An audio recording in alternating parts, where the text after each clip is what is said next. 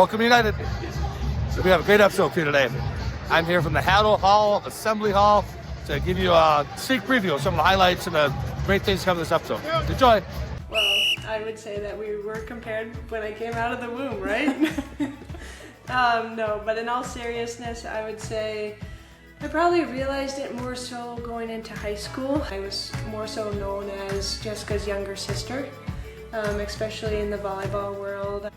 And I think because you were family, were more transparent in the way that you communicated that to me, and that helped me continue having an identity as an athlete, because when you're injured, you're very cut off from that world. Mm-hmm. And all you're thinking about is how do I get back, how do I get back, how do I get back? Pick one, cheese curds or bratwurst? Bratwurst, because you can top it with way more. Ooh, if I had to choose cheese curds, it has to be the white cheese, not cheddar. Oh my god. Well, thank you for playing Rapid Questions Wisconsin. Thank you. Go Pack Go! Woo! I think one of the proudest moments I have is winning the championship my sophomore year, and people were coming down from the stands and taking pictures, and I just remember looking for you and giving you a hug in the middle of the court. Okay, got it. And then I transitioned to Marquette. Okay. And got it. okay. Okay. Oh my god. This is not good. Okay. Are you ready? Yes.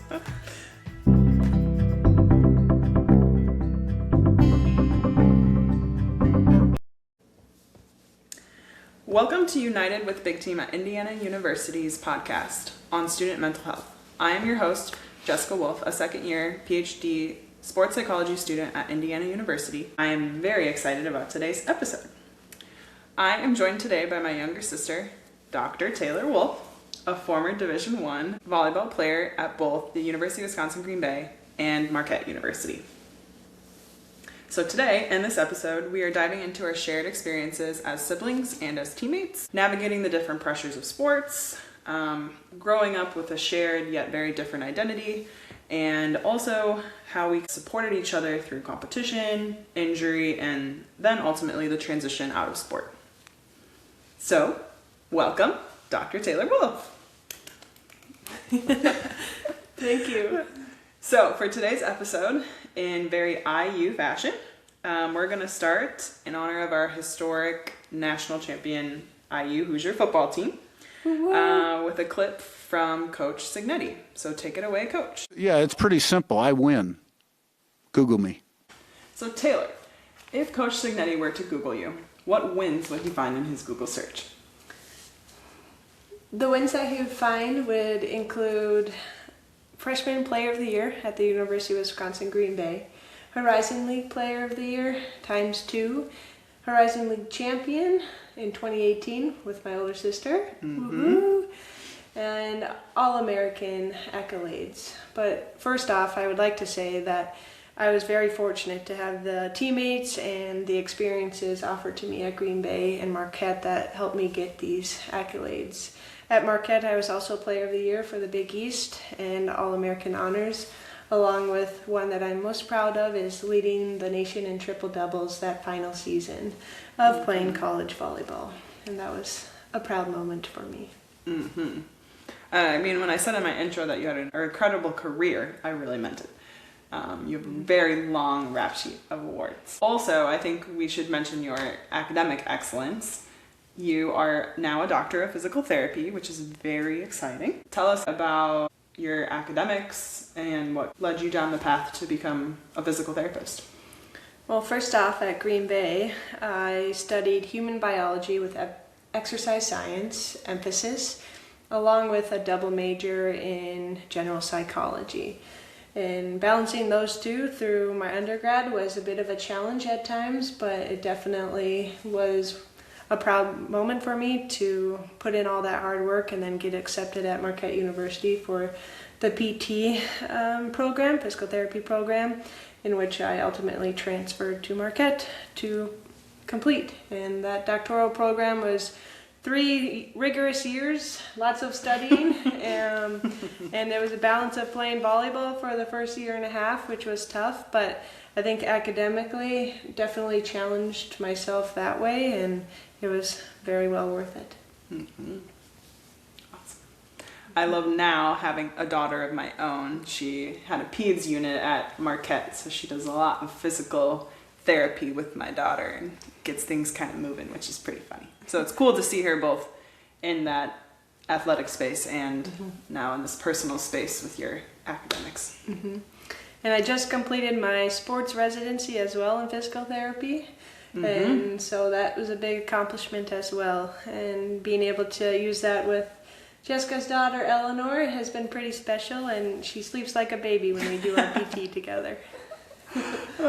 Yes. Well, let's shift gears now into what it was like growing up as siblings and playing sports together.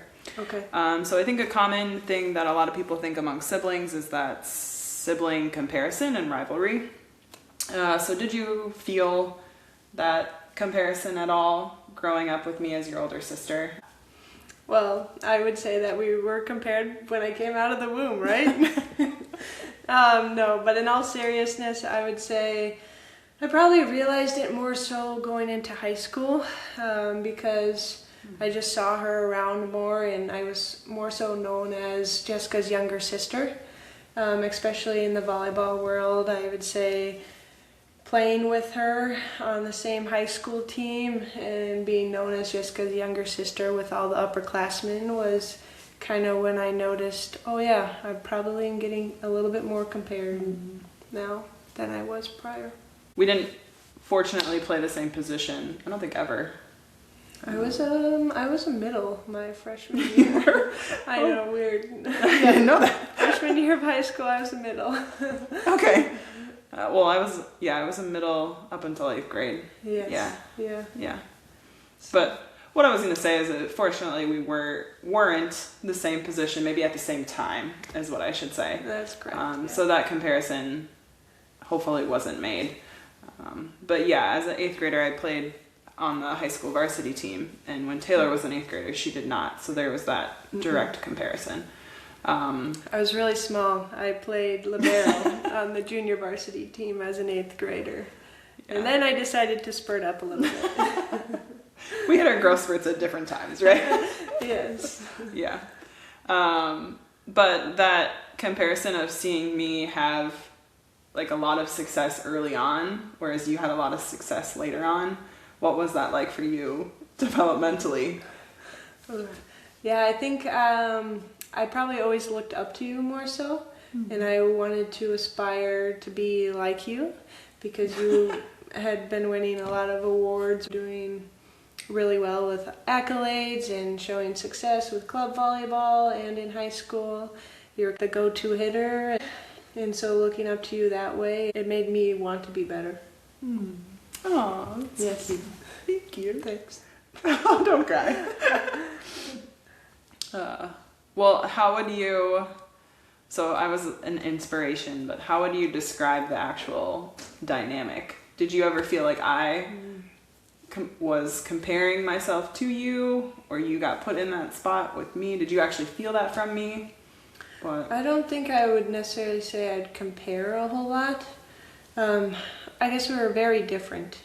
You were very academically more so gifted or driven. You started college classes your junior year of high school, and then you were going to the high school as an 8th grader for classes academically. So, and myself, I was making it through. No, just kidding. I would say that I was not as excelling in academics as you were.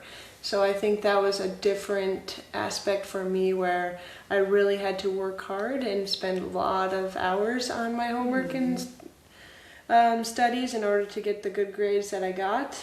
And for you and probably my younger sister as well, it just came a little bit quicker. So that was something I always had to work in a little extra for, to be kind of on the good 4.0 grade scale, right?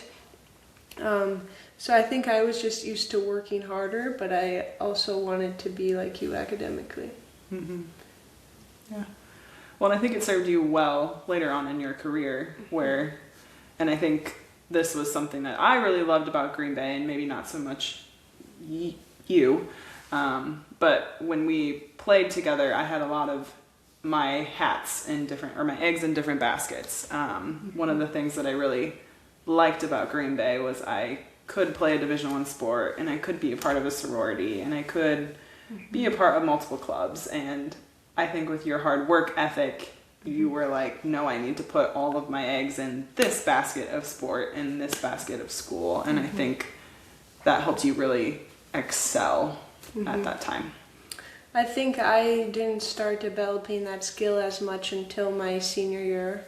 Well, junior year to senior of high school when I did college classes my senior year, and then I graduated in December and went to college early. So I think I was starting to develop those skills at the end of my high school career, and that helped me transition from high school to college. Being a 17-year-old, my first month of college, right, was a different challenge, and living with my sister at the time definitely brought on new experiences and learning opportunities for sure. For listeners that don't know, we lived together, I think, my last 3 years. In a duplex off campus. Yep. And we shared a car for the first year, which was not fun. Don't recommend that. There was challenges. If you can tell the difference, I was very tunnel vision, school and volleyball, get good grades. And Jessica had other things going on. She had joined a sorority and obviously had her social group already and was becoming an upperclassman in college. And I had an 8 a.m. stats class, and Jessica didn't have class until later that afternoon. But she had to wake up in the morning and drop me off at my stats class twice a week. Yeah. And then we would see each other again at practice. And I'm not a morning person. No. She is a morning person. So it was Yes. very hard for me to get up to take you to class. Yes. There were times where I had to run up the stairs to be on time. If anybody knows me, I'm always early as well. So that was a learning curve together, and yes, it's a funny moment to think about. Well, we've talked about the differences between us. Yes. But what was it like sharing the same sport as me growing up? I mean, we really both committed to playing volleyball when we were 14, 13. Yeah.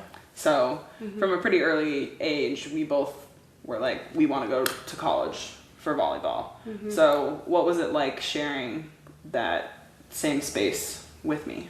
I think it helped us just understand and get kind of what we were going through at times. There's always challenges through high school season and club season, and the highs and lows of high school drama, college drama. It was nice to have a sister who always knew, hey, I can talk to you about this, or I can support you with this, or help navigate tough situations. And you also know, even if we did have a little sister battle, we knew we'd always be there for each other. And I think that was the most important part. And I think being able to just talk to someone and have them understand, oh yeah, I remember that, or I went through something with like that, and then being able to relate on the same level. Yeah. I have a funny story, and I don't know if you remember this, but Oh no. so when you had graduated early and mom and dad had left, and we were both living together in the duplex. Yeah, I was in the basement, by the way. Not even a real room. Yes. But I had like class, and then we had practice, and then I had to stay on campus for some club stuff, and I dropped you off at home and then went back to campus. And you had texted me and you said, what are you making for dinner when you get home? And I just remember being so mad because I was like, Taylor, I am not your mom. I'm not making you dinner. Like, we are adults. We're independent. You have to make your own food. And then I kind of like took a step back and reflected, and I said, you know, this is her first time away from home. She's not with mom and dad. Like, she doesn't know this yet. And then I rescinded my text and then rewrote the text to you and said something about like what we were having for dinner. So, yeah. Maybe it was the fact that we had leftovers, or I wanted to make dinner with you. Yeah. I don't know. Yeah. But I'll never forget that. I was so initially angry that like you didn't know the system, but how would you have known the system? I had to go through that on my own, but I was able to like help facilitate that for you, which is pretty cool. Yeah. And it was definitely different. Most kids, freshmen, have to live on campus in the dorms and have a meal plan or have a kitchen where they figure it out. But yeah, I guess I probably was used to me being very family oriented. When are you coming home for dinner? Yep.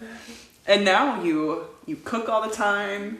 You're now this master baker. She has outstanding sourdough, by the way. Thank you. Trying to convince her to start her own business, but we'll see how that goes. So now I look forward to when she visits coming home and saying, "Oh, what's for dinner?" And she's got dinner ready. Yeah. Yes. Okay. Well, let's get back to what we were talking about here. So how might things have been different if I had played volleyball and you had played a different sport, or vice versa? I think we would still be able to relate on some of those aspects with teammates and bonding and those things. And I just think the volleyball world is special, and it's a little bit different than others. I think people could probably argue that for a basketball world or softball or baseball world, but I think in volleyball, it's a very team-oriented sport, and you have people in your same position, right? And there's always challenges there for playing time, X, Y, and Z. But I think if I would have played, say, basketball and you would have played volleyball, I still think our relationship in sports would have been somewhat similar to what we experienced. Because we probably would have still been in club sport and gone through the seasonal changes of high school to club to a short summer break back to high school. Those transitions. Yeah. I mean, the difference in sport doesn't really matter because it's still a sport. So you're having those elements of the team experience, learning about communication and cohesion with other people and that kind of way. What was it like to communicate with me both as your sister and a teammate? I would say we were pretty good at keeping sister life and teammate life a little bit separate, or at least I did for sure. I feel like when I stepped into the volleyball court, it was, all right, I'm in volleyball zone. School is behind me. Other life distractions are behind me, and I don't think about it. And so I think I personally was able to just keep, all right, she's my sister, but on the court, she's my sisterly teammate, but less of the like sister family life distraction stuff. Whereas when we were back at home, it was more just like, all right, we're sisters. What do we need to do for each other? Yeah. You were way better at that than I was. You are very good at compartmentalizing the different spaces, where I tend to just blend them all together. So if I had a really bad day at school, I did poorly on a test, or was in an argument with someone, that tended to kind of shift into my volleyball practice or game.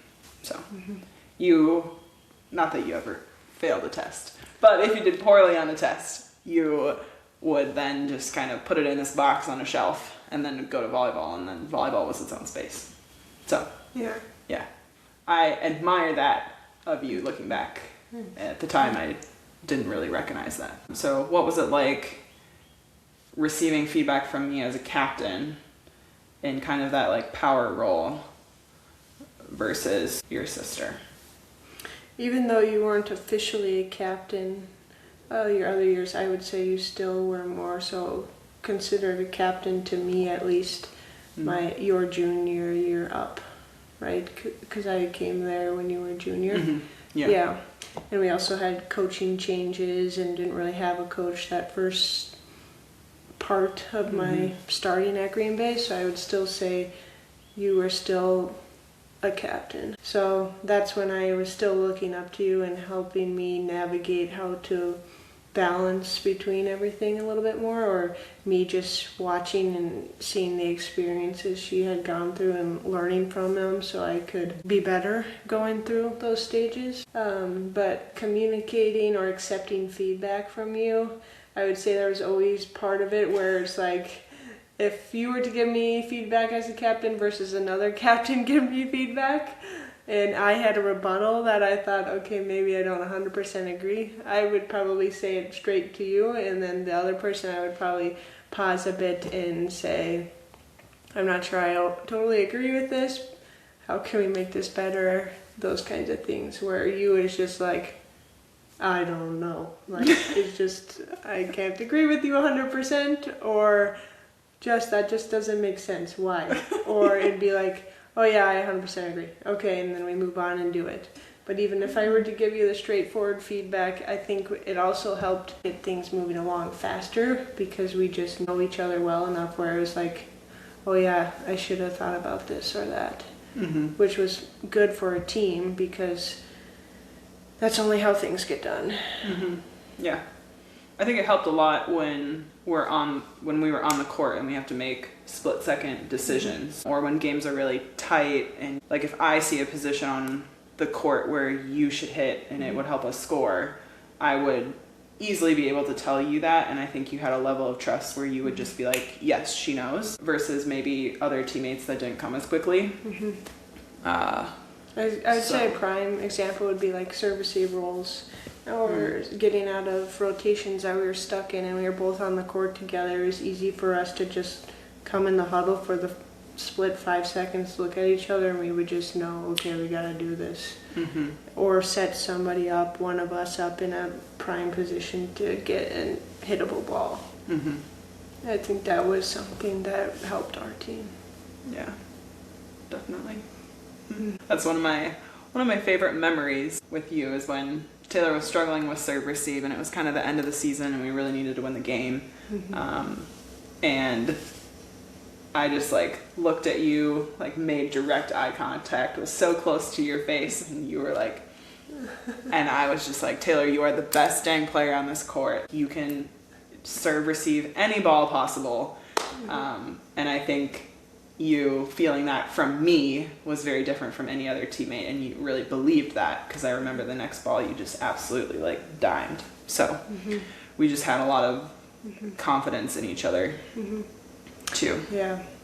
And I think back at like when I reflect on all of my years at Green Bay, I think one of the proudest moments I have, or one of the only memories I really truly remember, is winning the championship my sophomore year and putting on the white hats and everything, and everybody was everywhere. People were coming down from the stands and taking pictures, and I just remember looking for you and giving you a hug in the middle of the court. And then, yeah, that was the proudest moment I have. Aww. Yeah. Yeah. We got to do something really, the drive home after we won, and we played All We Do Was Win, no matter what. Yeah. That was awesome. Or we are the champions. Yep. Yep. And it was just you and I. It was pretty cool. Yeah, I think that's a highlight moment of Green Bay. Yeah. Thinking to like emotions, because we both got emotional there. So how was that different for you when I was on versus off the court, and what kind of emotions came up and how you handled them?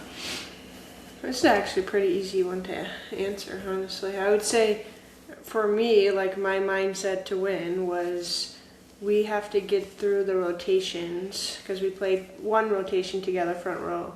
The rotations where she was out off the court and I was stuck in the back row, that was a rotation that was not necessarily great for our team to transition out of. And so that was always my mindset after I had been done serving, we got to get out of this quick and to get Jessica back in. And not only because of the serve receive or that rotation, it was also her confidence and control and aspect of level-headedness that she always brought onto the court is what our team needed, and it helped thrive. Because I would say at that point I wasn't as much of a vocal leader. It was more like leading by doing, an example, and just staying that consistent go-getter hitter and hitter on the player on the court, where I would say we needed a little bit more of that captain leader.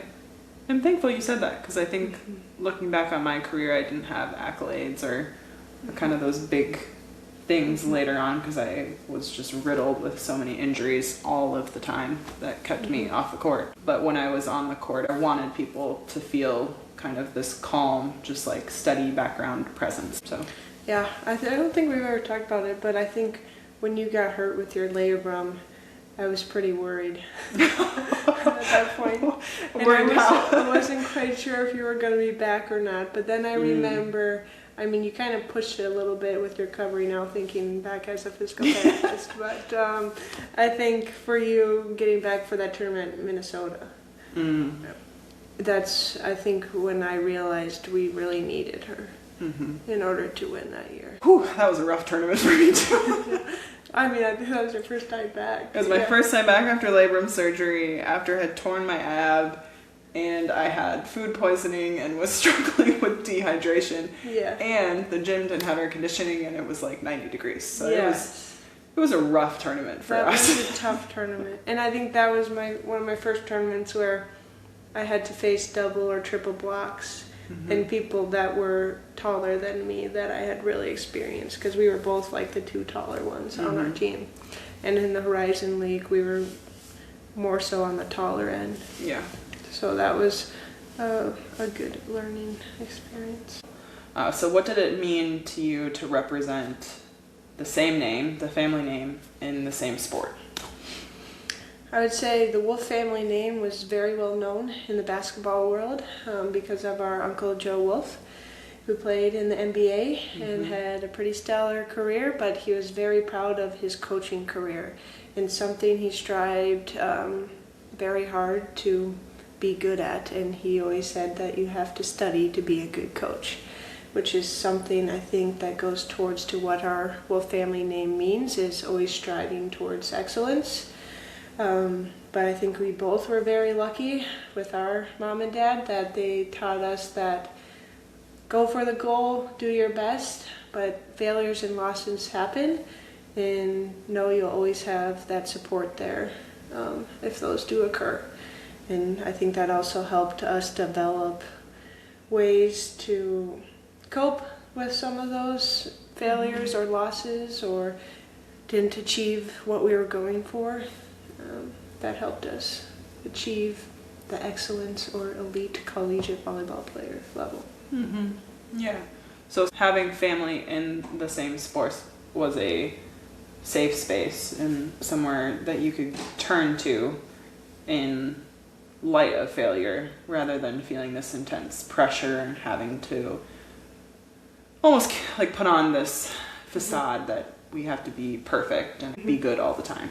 Yeah, and I guess to answer your initial question more so would be, I think it was great to have a sister as a teammate at a college level. And at the Division I level, you're traveling everywhere, but we both had our mom and dad at pretty much all of our Green Bay games. We were very lucky that way.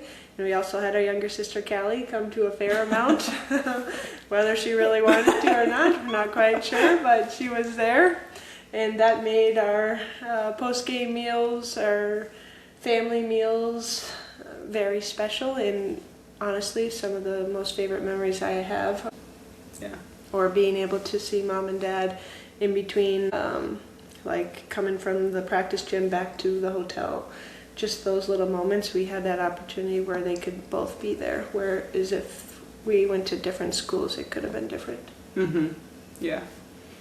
And they got to see us kind of grow up together in that very tense elite space where you have to really, you're pushed kind of to your limit to excel. Yeah. Yeah. And I think that's both when we were still figuring out our identities, probably still are, honestly, right? And so I think it was good to have family around you.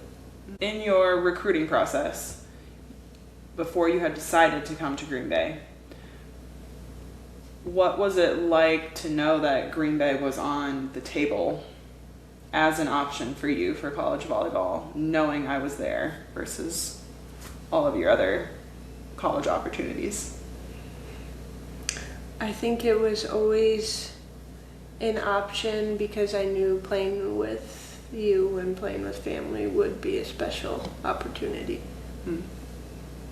Did you feel any pressure from me at all to come to Green Bay? You always encouraged me to come to Green Bay.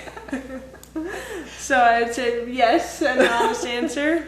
But it was always like, she always said it like that, and we would always laugh, or we would always say yes. And then, yeah, it happened. And I'm glad it did.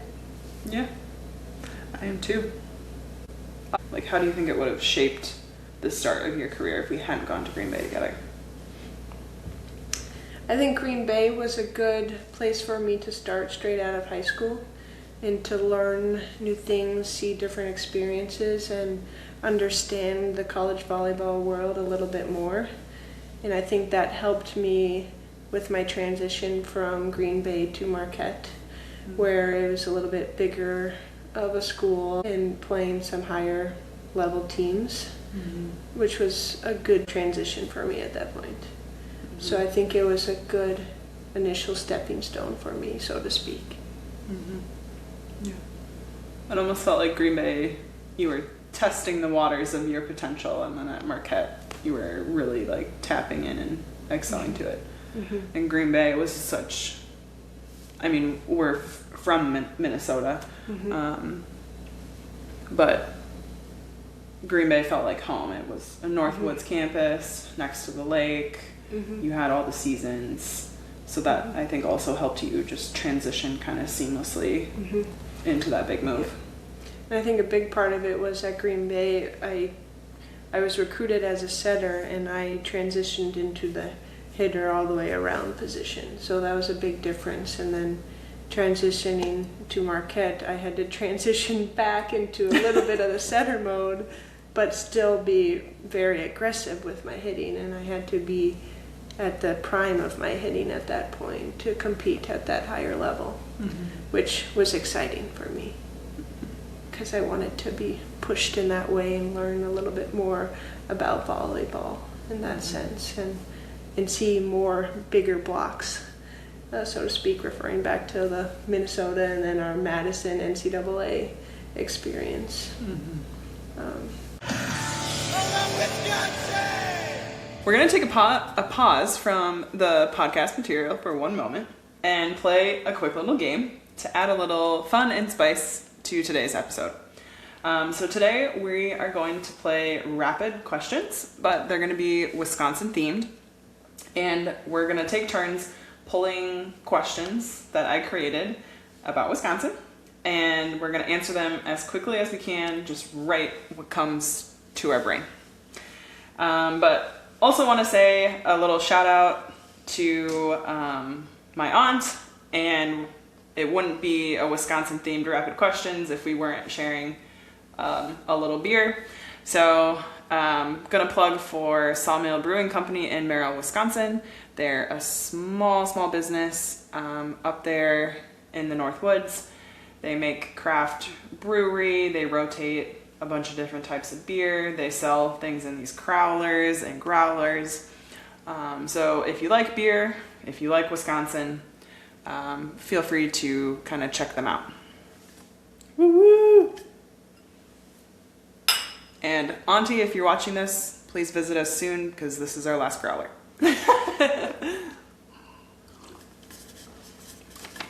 All right, you want to start? Okay. I'm asking you, pick one. Cheese curds or bratwurst?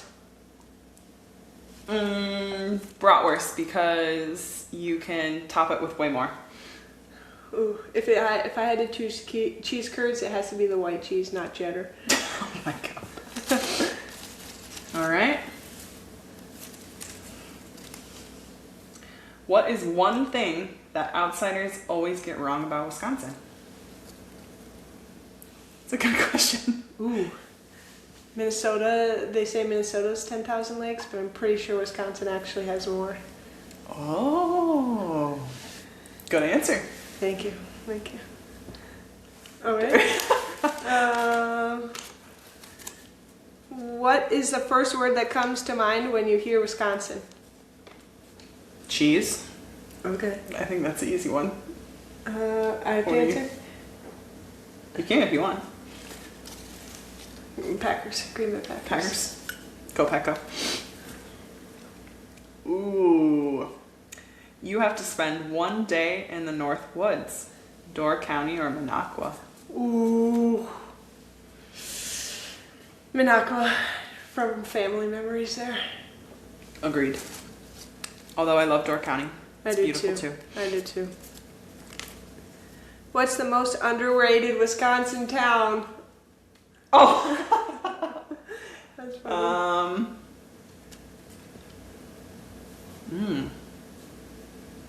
I mean, I'd want to say was Minocqua, but it's it's blowing up.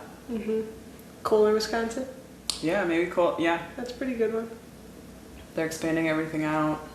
Golf course, family. Yeah. All right, we're going with Kohler. Why is tailgating at Green Bay Packer games unmatched? The atmosphere. It's just huge and it's fun. Everybody's outside. Rain, snow, sleet, whatever you name it, people are outside. And it's fun. Is Milwaukee or Green Bay the better city? Why? Well, I have to say Green Bay. I'm a little biased though.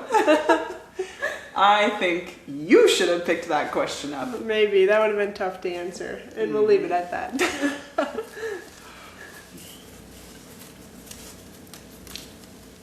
What is the most Wisconsin-like activity? Outdoors playing bags. You called it bags and not cornhole. Bags? I think Wisconsin's getting to me. But cornhole. Is it Wisconsinite to say bags? No, I think it's Wisconsinite to say cornhole. I don't know. Debate. Let us know. If Wisconsin were a person, what would they be like? Aw. They would be hardy. They can handle the outdoors. They get along with lots of different types of people. And they really enjoy, or they're proud of, the community where they're from. And I would say they wave to you, even if you're a stranger on the side of the road. Hello. Yes. Oh, we've got two left. Da-da-da. What makes Wisconsin so special in comparison to other Midwest states? I would go back to the people. The camaraderie and the way people support the Wisconsin sports is pretty special. I would agree. Okay. Last one. Summer or winter in Wisconsin? What's your favorite? The winters are tough. Your shirt says expect to be frozen. That's not a joke. But I would still go with the winters. There's something about going to Packer games when it's freezing outside. You can't really get that anywhere else. I really like the snow and the cold. Yeah. I would also say you can't beat the summer months though. This is a tough question. Out getting by some water or in the backyard, bonfire late at night, s'mores. Those are pretty good too. I think I was just thinking of summer and the mosquitoes. That's not as fun, but you gotta be by the bonfire and you're fine. Pick the mosquitoes or pick frozen fingers. Yes. You have to decide. Yeah. All right. Well, thank you for playing Rapid Questions Wisconsin. Thank you. Go Pack Go! Woo!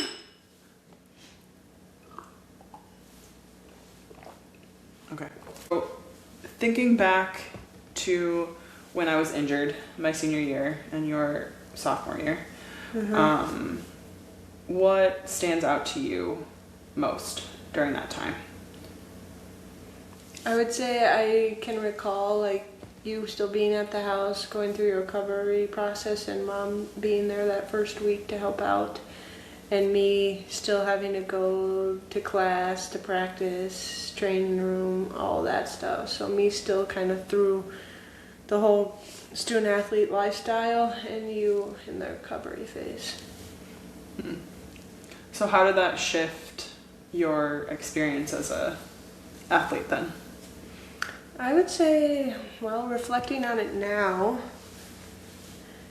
it probably gave me some gratitude and probably a little bit extra push in the spring season at that time to say, this is worth it to put all my eggs in one basket, so to speak.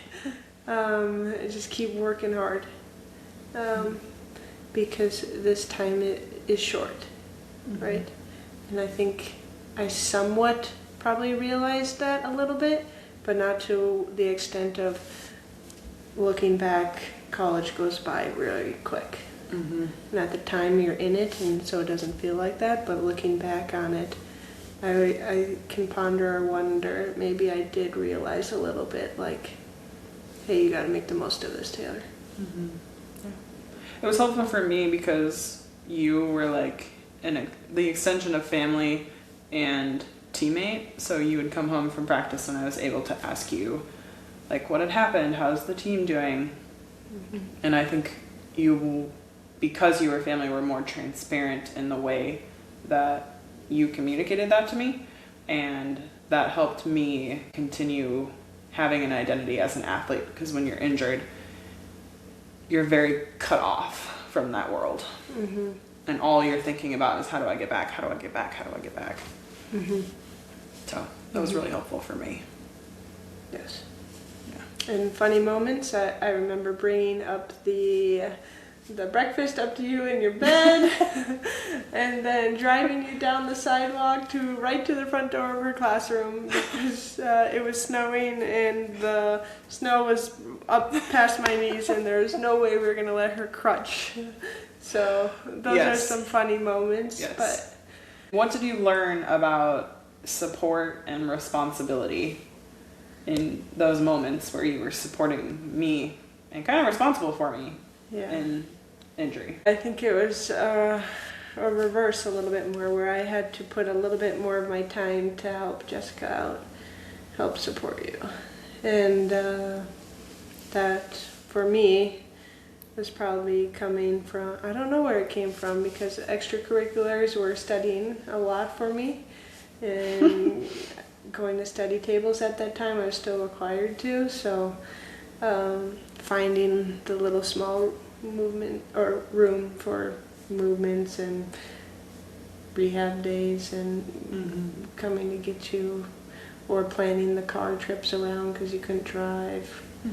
So it just added a next level of planning and scheduling to our already pre-scheduled day. I think it honestly added more, like I had to pack my lunch because I had to stay on campus more, or silly things like that. I don't remember exactly, but I do know that we had to plan together again, kind of like my freshman year when we had to share one car. Before I ask my closing questions, was there anything that you wanted to add that I haven't asked you about? It would be interesting to hear your perspective. What was it like seeing me starting to thrive a little bit at the college volleyball level? That's a very good question. Yeah, I don't think we've ever talked about this. I think I was proud. I was really proud. I think reflecting on your freshman year and when you came in early at Green Bay, you would have been very afraid and it would have been a lot, right? For you to move to Milwaukee in a big city, it would have been a lot. And you would have done it, don't get me wrong, and you probably would have excelled, but it was cool to see you finally do that on your own. Because there are some moments, I think, as an older sister, you feel like I'm supporting you in many different ways, but I didn't get those same supports when I had to move to go through those certain transitions. So in some scenarios, you felt like a burden, or I was like your crutch, where it was kind of like, just figure it out. Like, I had to figure it out, do it. So it was cool to see you finally, like, this is me, and this is who I am. You're saying when I was at Marquette. Yeah, at Marquette. And you were, like, your own person, and I no longer had that sense of responsibility or, yeah. Yeah, I would agree with that. It was kind of a new place where it was just Taylor. Yeah. And it was fun to visit you multiple times to watch you play. I helped you move out of your apartments multiple times, which is not very fun. Not in the city. You took me to the Milwaukee market, and we got cookies, and I got some fish fry, and you showed me to some of that little church in town, and I went to JSU, and yep, St. Joan of Arc, yep. You showed me the lab where you worked, and I got to meet all of the people you worked with there. It was fun to see you be your own person and show me what you were proud of and what you were doing. Last couple questions. What do you think people misunderstand about siblings who play sports together? That they get compared to a lot, or comparisons a lot with their coaching staff. I would say that is what most people probably think. I would say we were very fortunate where it didn't really go that way for us, and we also weren't in the same position, so it was hard to do that. We probably still got compared in certain ways, for sure, in different aspects of the volleyball court, but I would say when I think of other siblings that are sports, whether they're twins or siblings different ages, I think it adds value to the team. For all the reasons we've already discussed so far, but I think some people think that there's always comparisons on the team. Well, I'm also getting the general sense that having siblings is more beneficial on a team than harmful or hurtful. Yes, Yeah. I think it helps build the camaraderie and helps the team aspect grow. Awesome. And then looking back, how do you think, sharing a sport with a sibling has shaped you in becoming the person you are today? I think it gives me lots of opportunities to reflect not only on sports, athletics, academics, and family, but it just gives me, I try to think of the small wins in each aspect. So back to me compartmentalizing things, but I think of the big 1, 2, 3s of each aspect, or the phases that I've seen myself go through thus far in my life. Well, we started talking this episode about wins, and those wins were like your stats, your accomplishments, your awards, your championships. But I think this conversation really shows that the most meaningful wins aren't always glitz and glamoury like that. If Coach Mersignetti were to Google you now, not as an athlete, but as a person, what would those wins be? As a person today, just completing my sports residency and taking that big boards exam, hopefully they would see a well-qualified doctor of physical therapy who specializes in sports and orthopedics in Green Bay, and who is striving to better the Green Bay community through treating. And also personally being a supportive sister to both you and Callie, and a godmother and auntie to little Eleanor, and I would say someone who's driven to continue to excel in her academics and pursuit of treating very well and treating people with passion and care to ensure they're meeting their goals just as I strived and still strive to achieve my goals today. And maybe one day open a private practice with your sisters so you can do the physical therapy and I can do the mental therapy. That would be pretty cool. If anyone wants to invest, let us know. Yes.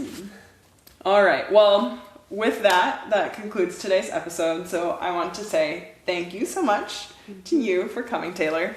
And thank you for everyone for listening to today's episode. If it resonated with you, share it with someone who's been a big part of your journey in sport.